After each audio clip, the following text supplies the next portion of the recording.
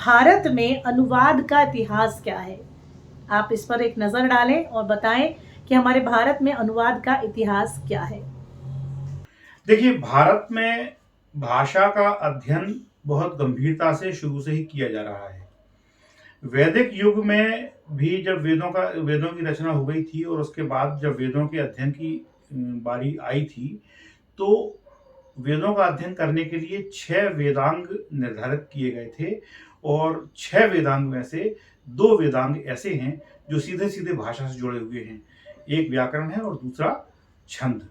ये 2 वेदांग ऐसे हैं जो कि सीधे-सीधे भाषा से जुड़े हुए हैं। तो भाषा पर हमारे यहाँ पे बहुत गंभीरता से चिंतन-मनन शुरू से ही होता आया है। मैं आपको एक बहुत गौरवान्वित करने वाली बात आपको बताना चाहूँगा कि जब भारत से बुद्ध के उपदेश चीन पहुँचे, तो चीन के तत्कालीन राजा ने पाटलिपुत्र के राजा से निवेदन किया कि किसी विद्वान को हमारे यहाँ भेजें, जो कि बौद्ध ग्रंथों का यहाँ पर अनुवाद भी कर दे और हमारे यहाँ के लोगों को भगवान बुद्ध के सिद्धांतों से परिचित भी कराए। तो हमारे देश से कुमारजीव नाम के एक विद्वान थे, पाटलिपुत्र में थे वो, तो वो उनको भेजा गया। वो अपने साथ में घोड़ों पर बहुत सारे ग्रंथ लाद करके चीन पहुँचे थे। उनको चीन पहुँचने में 3 साल से अधिक समय लगा था। पैदल यात्रा होती थी, पूरा हिमालय पहाड़ पार करके वो लोग वहाँ पहुँचे। उसके बाद वहाँ पहुँच कर के कुमारजीव ने लगभग 10 साल तक चीनी भाषा सीखी। उसके बाद उन्होंने उन जो ग्रंथ वो ले गए थे, उन ग्रंथों का उन्होंने चीनी भाषा में अनुवाद किया और वहाँ के लोगों को उन्होंने ये ज्ञान दिया। तो कुमारजीव को वहाँ पर भगवान बुद्ध का अवतार माना जाता है। वहाँ कुमारजीव की मूर्तियाँ हैं और उनको भगवान बुद्ध के अवतार के रूप में मान्यता है। अब इसी दौरान में आपको शायद जानकारी होगी कि अपने यहाँ नालंदा के और तक्षशिला के विश्वविद्यालयों को नष्ट कर दिया गया था। तो जो हमारे पास जो धरोहर थी वो खत्म हो गई। लेकिन सौभाग्यवश जो 70 ग्रंथ कुमारजीव ने चीन में जाकर के चीनी भाषा में अनुदित किए थे, वे 70 ग्रंथ वहां पर सुरक्षित थे। फिर वे ग्रंथ भारत लाए गए, उन ग्रंथों का फिर से अनुवाद हुआ और ऐसे करके वे 70 ग्रंथ हमारे पास में मौलिक रूप में बच पाए। अन्यथा बाकी सारा सब कुछ जो कि नालंदा विश्वविद्यालय के पुस्तकालय में था, वो सब कुछ नष्ट हो चुका था। तो अनुवाद के कारण ही हमारी वो अमूल्य धरोहर बची रह सकी। ये उस समय की बात है। इसके बाद निरंतर कुछ न कुछ ऐसे काम होते रहे हैं। फिर हमारे यहाँ विदेशी शासक आते गए और उनके साथ में उनकी भाषाएँ, उनकी संस्कृतियाँ आती गईं। उन भाषा और संस्कृतियों के कारण हमारा भाषिक पक्ष भी समृद्ध होता गया और साथ-साथ में अनुवाद का महत्व भी निरंतर बढ़ता गया। अंग्रेज़ों के आने के बाद में इस अनुवाद का महत्व बहुत ज़्यादा बढ़ा क्योंकि अंग्रेज़ों की जो राजकाज की जो भाषा थी वो अंग्रेज़ी थी और जिसका कि किसी भी भारतीय भाषा से कोई संबंध नहीं था। इसलिए काफ़ी सारे अनुवाद उस दौरान में हुए। तो अनुवाद निश्चित रूप से भारत में एक निरंतर सहज प्रक्रिया के रूप में चलता रहा है और बहुत समृद्ध प्रक्रिया के रूप में अनुवाद चलता रहा है। आज भी अनुवाद बहुत अच्छे तरीके से चल रहा है और अब तो जैसा कि मैंने आपको पहले ही बताया कि ये बताया गया था कि अनुवाद की सदी होगी, अगली सदी निश्चित रूप से अनुवाद की सदी के रूप में दिख रही है और ऐसे समय में अनुवाद तो अब एक बहुत अच्छा रोजगार का माध्यम भी बन चुका है।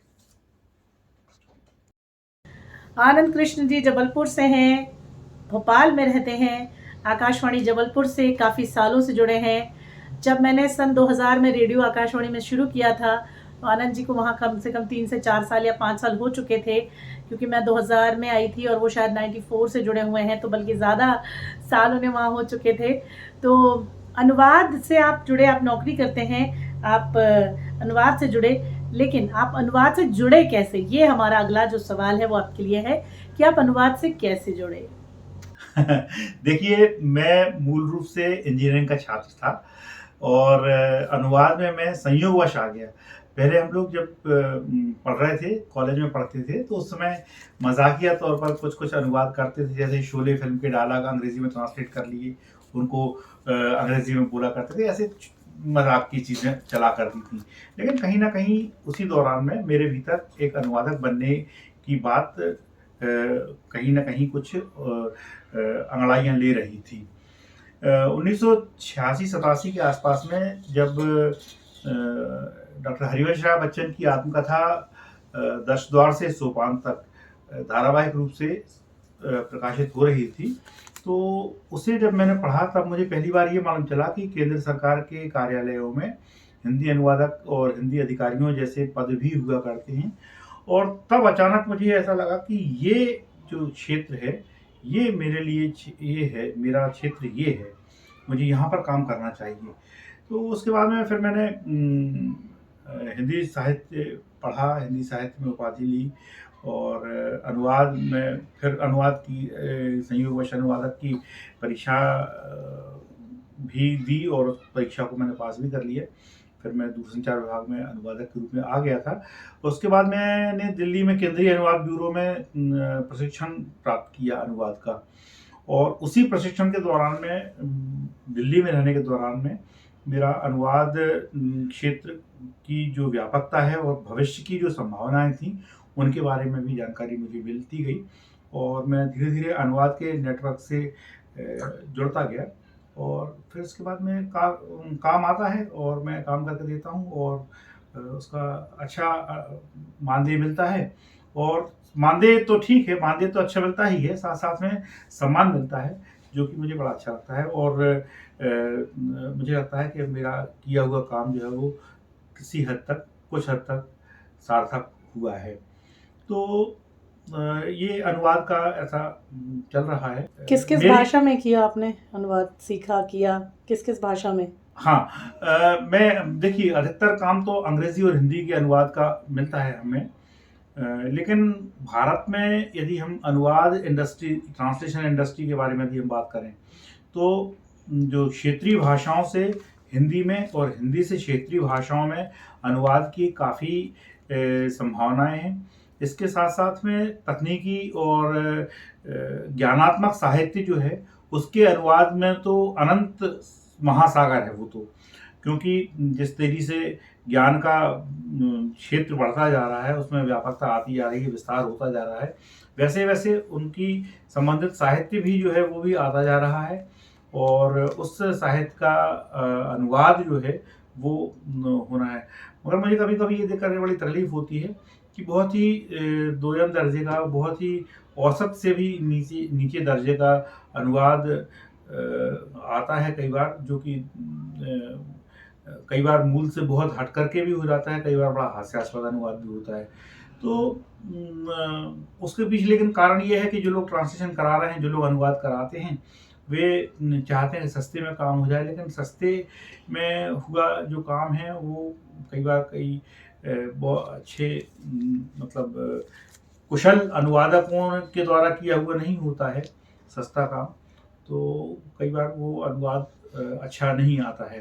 तो आवश्यकता इस बात की है कि अनुवादक अपने कौशल का विकास करें, और ये कौशल का विकास जो है एक सतत प्रक्रिया है, लगातार चलने वाली प्रक्रिया है। कौशल का विकास आप ये सोचें कि एक बार में हो गया, आपने सब कुछ सीख लिया, ये कभी संभव नहीं है। हमें हमेशा एक विद्यार्थी के रूप में अपने स्किल को, अपने कौशल को विकसित करते रहने की कोशिश करना चाहिए। मैं यहाँ एक विशेष बात और कहना चाहूँगा कि अनुवादक को अधिक से अधिक भाषाओं का ज्ञान होना चाहिए। कई बार क्या होता है कि अनुवाद को ये समझ लिया जाता है कि अनुवाद करना, बहुत से लोग बोलते हैं, मुझसे भी कई बार कई लोगों ने बोला, अनुवाद करना तो बड़ा आसान काम है, उठाओ डिक्शनरी और सीधे शब्द देखो, लेकिन अनुवाद शब्दों का नहीं होता है। मैं यहाँ ये बताना चाहूँगा, अनुवाद शब्दों का नहीं होता है, अनुवाद होता है पूरे के पूरे भावों का, अनुवाद होता है संस्कृति का, अनुवाद, ये सारी चीज़ों के बाद में सबसे अनुवाद, यहाँ तक कि लेखक का भी अनुवाद होता है, जो मूल लेखक है उसका भी अनुवाद होता है। तो भाषा का, या कह लीजिए शब्दों का जो अनुवाद है, वो तो अनुवाद की सबसे अंतिम प्रक्रिया आती है। और मेरा व्यक्तिगत अनुभव है कि शाब्दिक अनुवाद तक आते तक तो शब्दकोश की मुझे आवश्यकता ही नहीं पड़ती। कई बार मैं बिना शब्दकोश के ही पूरा अनुवाद कर लेता हूँ। शब्दकोश की ज़रूरत मुझे प्राय नहीं पड़ती, बहुत कम उपयोग करता हूँ शब्दकोश का। तो मैं ये बताना चाहूँगा कि एक बहुत अच्छे स्कोप है अनुवाद में काम करने के लिए, और इस क्षेत्र में आगे भी बहुत अनंत संभावनाएँ हैं।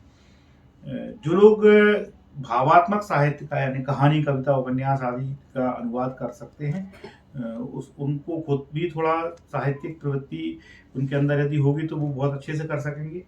और जिसके पास में भाषिक कौशल है और वो ज्ञानात्मक साहित्य का बहुत अच्छे तरीके से अनुवाद कर सकते हैं। ज्ञानात्मक साहित्य में वैसे भी भावनात्मकता का प्रतिशत बहुत कम होता है, इसलिए वो थोड़ा-सा आसान भी होता है।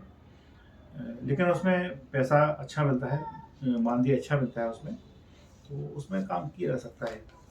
तो इस प्रकार से अनुवाद के क्षेत्र में बहुत सारी संभावनाएँ हैं। आजकल कंटेंट राइटिंग, आप लोगों ने सुना होगा, कंटेंट राइटिंग एक क्षेत्र है, बहुत तेज़ी से विकसित हो रहा है।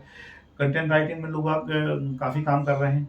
इसके अलावा कॉपी राइटिंग में काम कर रहे हैं बहुत सारा। तो ये सारे के सारे जो नए क्षेत्र आ चुके हैं, इन सारे के सारे क्षेत्रों में वेबसाइट्स जो हैं, उनका अनुवाद होता है। वेबसाइट्स के अनुवाद करवाने में कई बार ज़रूरत पड़ती है अनुवादकों की। तो इन सब चीज़ों में देखा जाए तो बहुत संभावनाएँ हैं अनुवाद के क्षेत्र में, अनंत संभावनाएँ कहूँगा मैं तो।